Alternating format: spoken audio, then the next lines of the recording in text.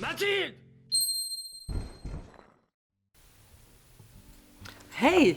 Salut tout le monde, mon nom c'est Mathilde et le but de ces vidéos c'est de vous expliquer avec mes mots et en essayant de garder votre intérêt la plupart des mythes et des légendes qui ont inspiré la culture d'aujourd'hui et surtout pas mal d'œuvres importantes. Parce qu'en fait, la plupart des mythes et des histoires des dieux, elles ressemblent clairement à des histoires écrites par des types sous drogue, sous LSD pour être précis.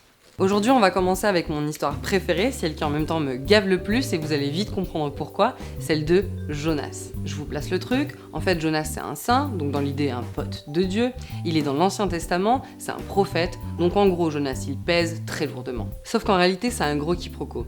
En fait un jour Dieu il est vénère, chafouin, parce que dans une ville qui s'appelle Ninive, les gens ils prient pas, ils font que faire la fête. En gros Ninive c'est Ibiza avant Ibiza et ça Dieu ça le saoule. Du coup, il demande à un type qui passe par là d'aller à Ninive et de leur expliquer que s'ils arrêtent pas de prendre l'AMD, il va tous les exterminer. Et ce type, c'est Jonas. Mais ce con de Jonas, il a la grosse flemme, du coup il se tire sur un bateau pour ne pas aller à Ninive.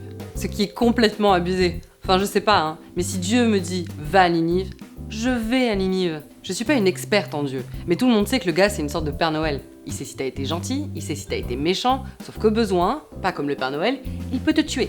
Bref, Jonas, cet abruti, il prend un bateau et il fuit. Sauf qu'évidemment, Dieu le capte et il déclenche une tempête pour le calmer. Les autres sur le bateau, les marins ou les pirates avec un perroquet, j'en sais rien, ils se rendent très vite compte que c'est à cause de Jonas et du coup, futé, ils le jettent par-dessus bord. Futé.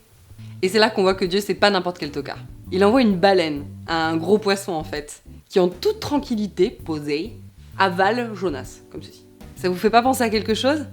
Eh oui, Pinocchio. En fait, Pinocchio, c'est Jonas, mais en bois. Donc le gros poisson, il recrache Jonas au bout de 3 jours et 3 nuits. Comme les 3 jours où Jésus est mort avant de ressusciter. Étrange, non? Et où il le recrache? À côté de Ninive. Pas con, Dieu. C'est tout de même extrêmement classe d'avoir une baleine domestique. Viens, Rex. Jonas, tout dégueulasse, puant la baleine, va au final à Ninive, il capitule, pour leur expliquer qu'il faut se calmer, arrêter de prendre de la drogue, y aller mollo sur la MD. Sinon Dieu va raser la ville. Ce qui est étrange, c'est que les gens l'écoutent. Et ils arrêtent de faire la teuf. Personnellement, si un mec qui pue la baleine vient me voir et me dit d'arrêter de boire, je finis mon verre. Surtout que c'est déjà arrivé, en terrasse, et j'ai même recommandé. Arrêtez de boire, la fin du monde arrive. Haha.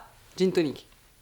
Ensuite, Jonas, après avoir rempli sa mission, va sur une petite montagne à côté de la ville, une petite dune, comme ça, sympathique, pour se reposer et se plaindre, parce que bon, c'est Jonas, et qu'il est un peu relou.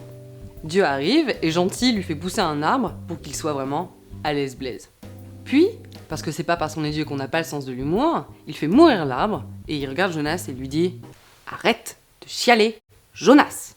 Voilà, c'est tout. Sans déconner, ça c'est l'histoire d'un type vénéré, alors que n'importe lequel d'entre nous aurait fait mieux que Jonas, je vous le garantis. Fais pas la tronche, Jonas. Tu vois, c'est exactement pour ça qu'on t'invite pas aux soirées, Jonas. Putain, qu'il est chiant, lui. Bisous, Jonas. Enfin voilà, j'espère que vous en savez plus maintenant que quand j'ai commencé à parler. Je vous fais plein de bisous, et j'espère vous voir à la prochaine. C'était bien, mais c'était bizarre.